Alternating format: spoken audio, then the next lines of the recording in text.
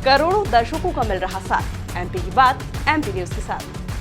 Bharatiya Janata party ने देश में सबका साथ, सबका विकास और सबका विश्वास एक ऐसा नारा बुलंद किया था जिसे हिंदुस्तान के दिल एमपी में बुलंद कर रहे हैं मध्य प्रदेश की शिवराज सरकार के कैबिनेट मंत्री श्री विश्वास सारंग जी। आज विश्वास जी के दिल की बात जानेंगे और राजनीति वो कितनी तत्परता से करते हैं, जनसेवा की भावना के साथ, पूरे जुनून के साथ 24 घंटे सातों दिन जनता की सेवा के लिए अपने कदम बढ़ाते हैं और मध्य प्रदेश में चिकित्सा शिक्षा में नवाचार के लिए भी जाने पहचाने जाते हैं। आइए मुलाकात करते हैं मध्य प्रदेश सरकार के चिकित्सा शिक्षा मंत्री श्री विश्वास सारंग जी से। विश्वास जी, आपका बहुत बहुत स्वागत है। सबसे पहले तो देश के प्रधानमंत्री नरेंद्र मोदी जी ने कहा था सबका साथ, सबका विकास और सबका विश्वास।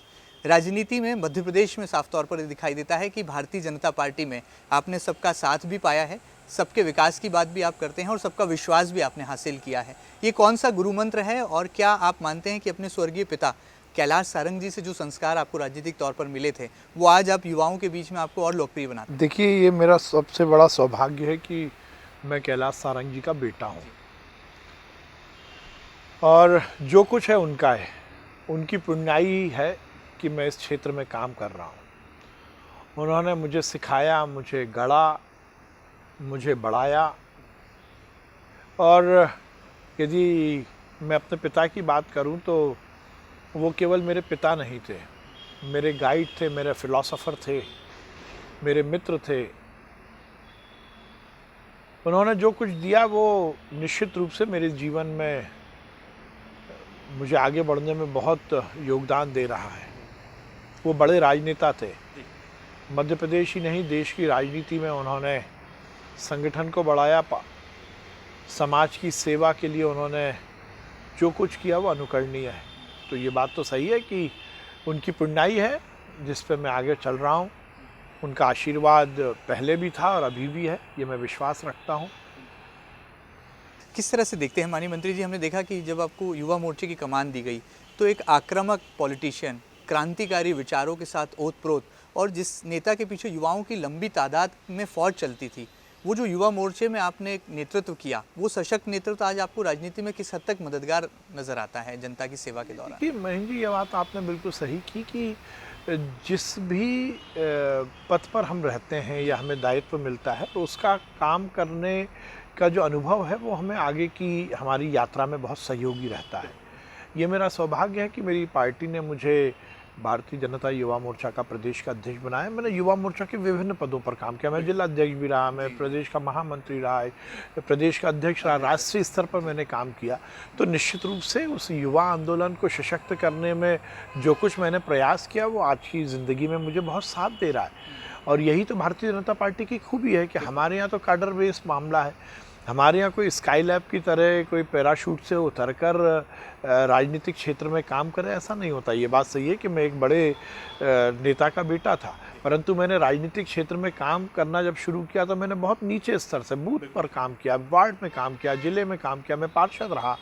उसके बाद पार्षद के बाद मैं आगे बढ़ा। तो वो जो अनुभव है तो वो निश्चित रूप से ज़िंदगी में बहुत काम आ रहा है और ये भारतीय जनता पार्टी की रीति नीति है, हमारा विचार है।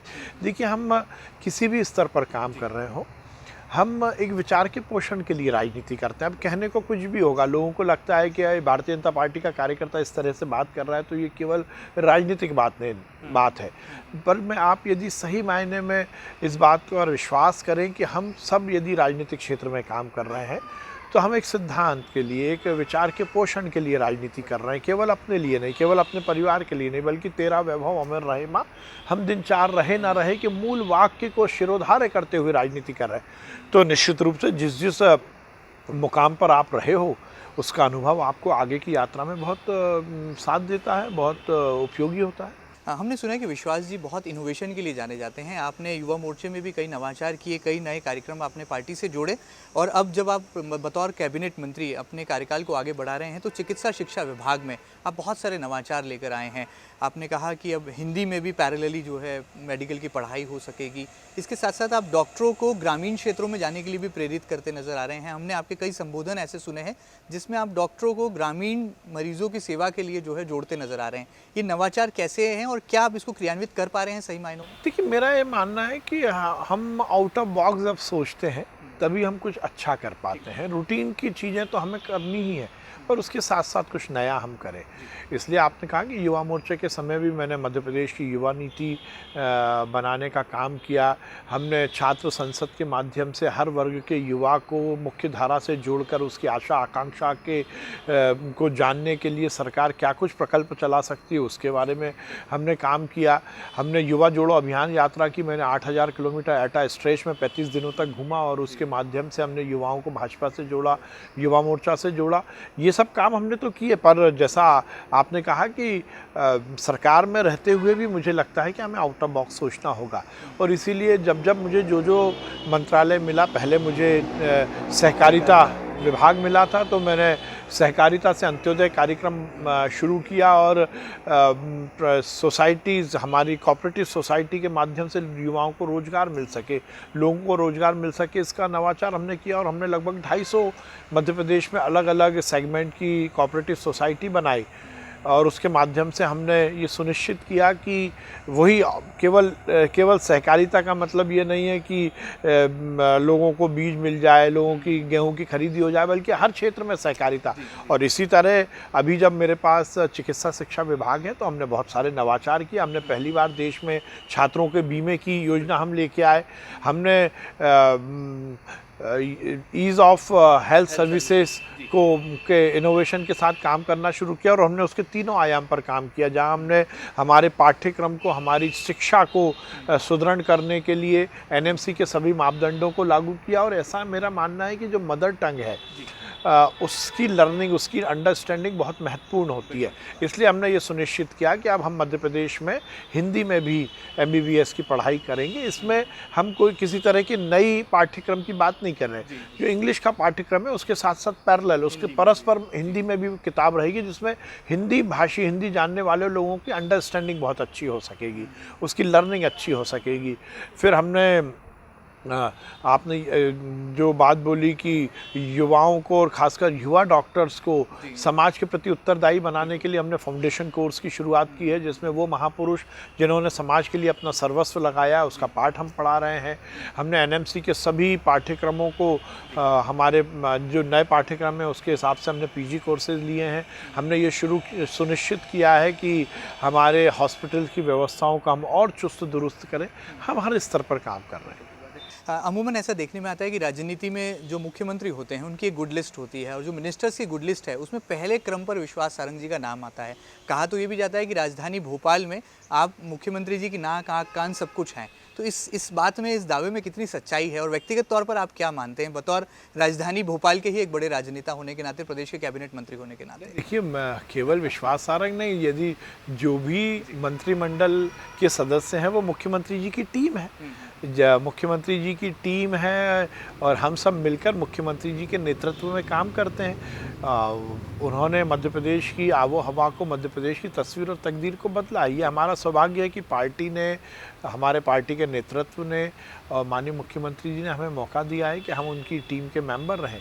तो केवल विश्वास सारंग नहीं, जो भी मंत्रिमंडल के सदस्य हैं वो सभी माननीय मुख्यमंत्री जी की टीम है और उनके हिसाब से हम सब काम करते हैं। आपका स्वभाव जो है वो बहुत आक्रामक है, आप दबंग हैं, निडर हैं और कार्यकर्ताओं के अधिकार के लिए सदैव पार्टी में भी लड़ते रहे हैं और अब जनता के अधिकारियों के लिए लड़ाई लड़ते हैं आप।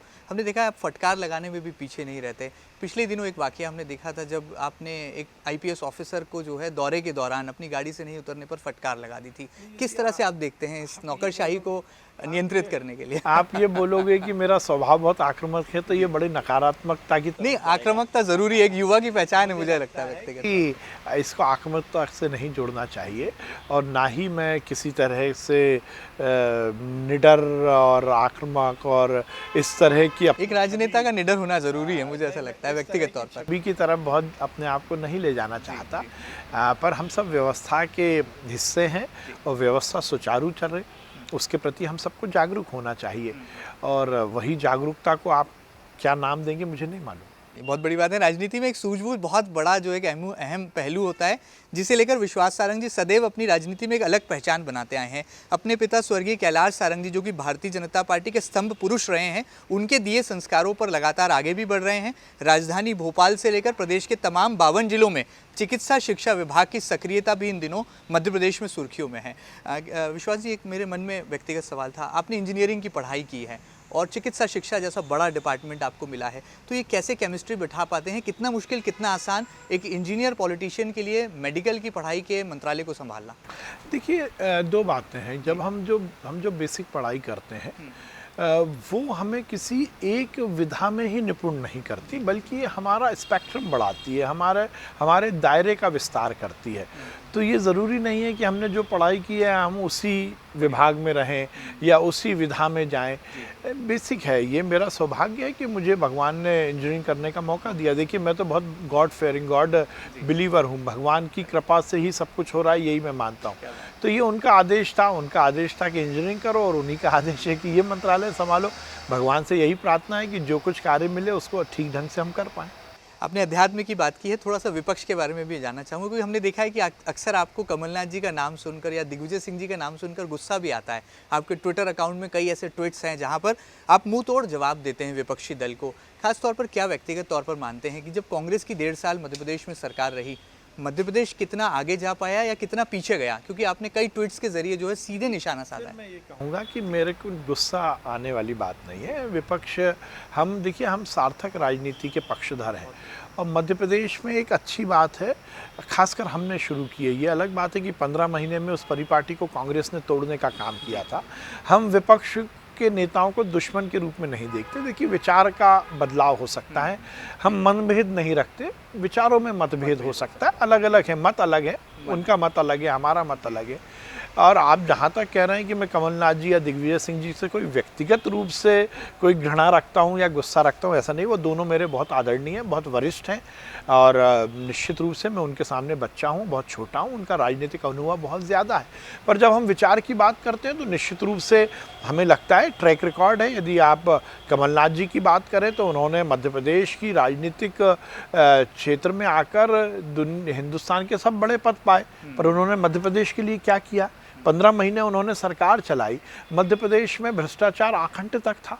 मध्य प्रदेश में दुर्व्यवस्था का उदाहरण शायद पूरे देश में लिया जाने लगा था।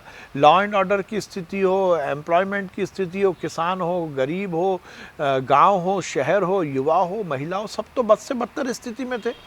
कमलनाथ जी ने केवल और केवल भ्रष्टाचार को ही आगे बनाने का काम किया, और मैं ये कहता हूँ कि इस देश के इतिहास में शायद इससे पहले इस तरह की अर्थव्यवस्था हमने नहीं देखी होगी, क्योंकि मध्य प्रदेश की जो मूल अर्थव्यवस्था थी वो तो ठंडे बस्ते में थी। उन्होंने एक पैरेलल, एक परस्पर समानांतर भ्रष्टाचार की अर्थव्यवस्था शुरू की थी।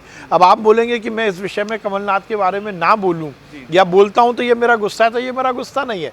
फिर मैं ये जायज़ बात है, जायज़ बयान व्यवस्था के सामने बात करता हूं। दिग्विजय सिंह जी हैं, अब दिग्विजय सिंह जी सुबह से लेकर शाम तक केवल देश के विघटन की बात करते हैं। कल का मामला है, उन्होंने बड़े जोरदार ढंग से, बड़ी जबरदस्त ढंग से वैलेंटाइन डे की उन्होंने शुभकामनाएं दे दी, पर पुलवामा के शहीदों को आप श्रद्धांजलि देना भूल गए। अब यदि मैं उसके लिए दिग्विजय सिंह के लिए ट्वीट करता हूं, मैंने लिखा कि आपको वैलेंटाइन डे याद है पर पुलवामा के शहीद याद नहीं है, क्योंकि आप तो आतंकवादियों को संरक्षण देते हो, आप तो पाकिस्तान परस्ती की बात करते हो, आप हिंदू मत और हिंदू मतावलंबियों की बेइज्जती करते हो। अब मैं यदि ऐसी बातें करता हूँ तो लगता है यदि मैं गुस्से में नहीं, मैं फिर कहूँगा वो मेरे आदरणीय, मुझसे बहुत बड़े हैं, मेरी उनके सामने कोई हैसियत नहीं है, मैं बहुत छोटा सा कार्य करता हूँ। पर हिंदुस्तान के आम नागरिक होने के नाते ये मेरा अधिकार है कि इस तरह के कोई विघटनकारी लोग विचार रखते हैं तो मुझे अपने देश के प्रति जो मेरे सद्विचार हैं उसको रखना चाहिए। बहुत बड़ी बात है। सियासत में एक स्वभाव प्रतिक्रिया होती है, ये स्वभावगत प्रतिक्रिया विश्वास सारंग जी बड़ी बेबाकी के साथ देते हैं, और अक्सर मीडिया के कैमरों के सामने उनके जो बयान हैं वो नेशनल हेडलाइंस का हिस्सा भी बन जाते हैं। और विश्वास सारंग जी की ये सियासी शैली भी है कि युवा भी उनसे जुड़े हैं, अनुभवी भी उनसे जुड़े हैं, और विपक्षियों का सम्मान करके वो राजनीति में एक बड़ा दिल, बड़प्पन भी रखते हैं। विश्वास जी, हमने बहुत सारी बातें आपके साथ की। मुझे ऐसा लगता है व्यक्तिगत तौर पर कि आने वाले जो 5 राज्यों के चुनाव नतीजे हैं, अब मुझे लगता है कि उल्टी गिनती एक तरह से शुरू हो चुकी है। बहुत सारा मैंडेट जो है ईवीएम मशीन्स में कैद है। उत्तर प्रदेश को लेकर बहुत हद तक चर्चाएं हैं, बार बार कहा जा रहा है, कांग्रेस कह रही है यूपी में काबा, और आपकी पार्टी यानी कि भारतीय जनता पार्टी कह रही है यूपी में बाबा। असलियत क्या है, वास्तविकता क्या है एक राजनेता के तौर पर? कि इसमें कहीं कोई कन्फ्यूजन नहीं है। देखिए, चुनाव के पहले हर व्यक्ति ये कहता है मैं जीत रहा हूँ, पर यथार्थ जो होता है वही सामने आता है, और यथार्थ ये है कि भाजपा है, मोदी जी हैं, कमल है और योगी जी हैं, कहीं कोई कन्फ्यूजन नहीं है। अब इस तरह से हम ये तो अब कहाँ है कांग्रेस, कहाँ है। देखिए कांग्रेस तो अब गॉन केस है, ना नेता, ना नीति, ना नियत। और कोई भी राजनीतिक दल नेता के बगैर, नीति के बगैर और नियत के बगैर नहीं चल सकता। दोनों बहन भाई मिलकर कोई भी दावे करें, मैं व्यक्तिगत नहीं जाऊंगा, परंतु स्थिति है नहीं ठीक।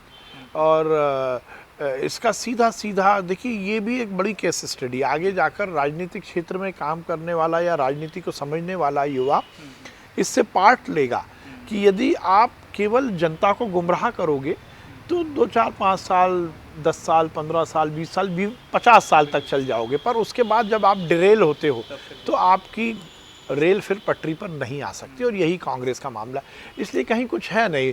आप यदि सपा की बात करें तो सपा मामला ख़त्म है। लोग बाग देख रहे हैं कि अखिलेश यादव के समय पर क्या हुआ था, बहन बेटी सरे राह उनको छेड़ा जाता था, निकल नहीं सकती थी, भ्रष्टाचार आकंठ में था, गुंडागर्दी हर गांव, कस्बे और शहर तक पहुंच गई थी। मोदी जी ने जो, योगी जी ने जो सबसे बड़ा काम किया, सुशासन स्थापित किया। मैं देश के यशस्वी प्रधानमंत्री मोदी जी को भी बहुत बधाई दूंगा। उन्होंने इस देश और दुनिया की राजनीति में ये संदेश दिया है कि सुशासन के माध्यम से हम हर व्यवस्था को सुव्यवस्थित कर सकते हैं। लोकतंत्र, आपने शुरुआत में कहा था सबका साथ, सबका विकास, सबका विश्वास, सबका साथ, सबका विकास, सबका विश्वास। उसके बाद उन्होंने क्या कहा, सबका प्रयास। और उसके बाद मोदी जी ने अगला और सेंटेंस जोड़ दिया है, सबका उल्लास। देखिए ये पूरी व्यवस्थाएं जो है ना, हमें सबका साथ लेना है, सबका विकास करना है, सबका विश्वास होना ही चाहिए, इन सब में सबका प्रयास है। और पर ये सब व्यवस्था में व्यक्ति को उल्लास मिल रहा है या नहीं मिल रहा, और यही हमारी सरकार का काम करने का तरीका है। इसलिए जो यूपी में हुआ उसमें सबका साथ तो मिला ही, सबका विकास भी हुआ, सबका विश्वास आपको चुनाव में देखने को मिलेगा, सबका प्रयास है। और ये सब इसीलिए है कि सब परिणाम उल्लास लेकर आएंगे। चलिए आखिर में जाते जाते, बहुत जल्द बजट आने वाला है, एमपी का जो बजट है इस पर पूरे देश की निगाह है, और व्यक्तिगत तौर पर आपके मंत्रालय को लेकर पहले हम कोई बहुत टिप्पणी, फिर भी कोई उम्मीदें हैं कोई जनता के लिए? ये हमारी अकाउंटेबिलिटी, हमारी कटिबद्धता, हमारी जनता के प्रति हमारा क्या कुछ समर्पण है, ये इस बात से स्थापित होता है कि हम बजट जब बना रहे हैं तो हम चंद अधिकारी और मंत्री मिलकर नहीं बना रहे हैं। हमारे यहाँ पहली बार हमने ये कहा कि जनता सुझाव दे कि जनता की आशा क्या है, आकांक्षा क्या है, जनता अपना बजट कैसा चाहती है। तो सबके विचारों को समाहित करते हुए हमारा तो ट्रैक रिकॉर्ड रहा है विकास मूलक और कल्याणकारी राज्य की हम स्थापना करना चाहते हैं। और इन दोनों पैरामीटर को जो कुछ समाहित होकर निकल के आएगा वही मध्य प्रदेश का बजट होगा। बहुत बड़ी बात। एक सवाल और, विश्वास सारंग जी बहुत अच्छे सियासी बल्लेबाज भी हैं, मीडिया के बाउंसर्स हो, मीडिया की गूगली हो, हर पर जो है बाउंड्री के बाहर गेंद पहुंचा देते हैं, ये कहाँ से कला आपने सीखी है? नहीं, ऐसा कुछ भी नहीं है। देखिए राजनीतिक क्षेत्र में काम करने में हम सधे रहें, हम ज़मीन पर रहें, यही भगवान से प्रार्थना है। घमंड ना आए, गुरूर ना आए, हवा में ना उड़े, और जिस लक्ष्य को लेकर राजनीतिक क्षेत्र में काम करने आए हैं, जो माता पिता ने सिखाया है, ज़मीन पर रहकर समाज की सेवा करें। मेरे पिताजी हर समय कहते थे कि आप यदि राजनीतिक क्षेत्र में काम करने आए तो किसी ने आपको पीले चावल नहीं दिए, आप समाज सेवा करने आए हैं, तो फिर यदि समाज सेवा करने आए हैं तो आपको उन सब आहारताओं का पालन करना होगा जो इस विधा के लिए ज़रूरी है। उन्होंने आखिरी में मैं ये कहूँगा कि वो एक शेर याद करवा के मुझे गए हैं। वो शेर यह है कि कुछ इस तरह से काफ़िले के साथ चल नज़ीर, कुछ इस तरह से काफिले के साथ चल नज़ीर, जब तू ना चल सके तो तेरी दास्तां चले। हम रहें ना रहें, लोग हमें याद रखें, और वो जब भी याद रखेंगे कि हम रहते हुए अपने उत्तरदायित्व को, अपने कर्तव्य का ठीक ढंग से निर्वहन करें। तो मुझे लगता है कि हम सब छोटे कार्यकर्ता हैं, समाज की सेवा में लगे, भगवान साथ कर रखे, भगवान हैसियत में रखे, भगवान ज़मीन पर रखे, यही भगवान से प्रार्थना है। बहुत सादगी के साथ अपनी बात रखते हैं। आखिर में जाते जाते मध्य प्रदेश की 7.5 करोड़ जनता को क्या खास संदेश होगा मध्य प्रदेश के कैबिनेट मंत्री विश्वास सारंग? देखिए, हम तो, आपने कहा ही है, मोदी जी का जो वाक्य है, हम सबका साथ लेकर सबका विकास करना चाहते हैं, उसमें सबका प्रयास होना चाहिए, विश्वास रहे, और आपको उल्लास मिल सके, ये हमारी पूरी अवधारणा है। और उसके लिए हम सब मिलकर एक सुव्यवस्थित प्रदेश बनाएं, एक स्वर्णिम मध्य प्रदेश बनाएं। और मोदी जी का जो सपना है कि ये आत्मनिर्भर भारत बने, और इसीलिए हमारे यशस्वी मुख्यमंत्री जी शिवराज सिंह चौहान जी ने कहा है कि उसके लिए आत्मनिर्भर मध्य प्रदेश बने।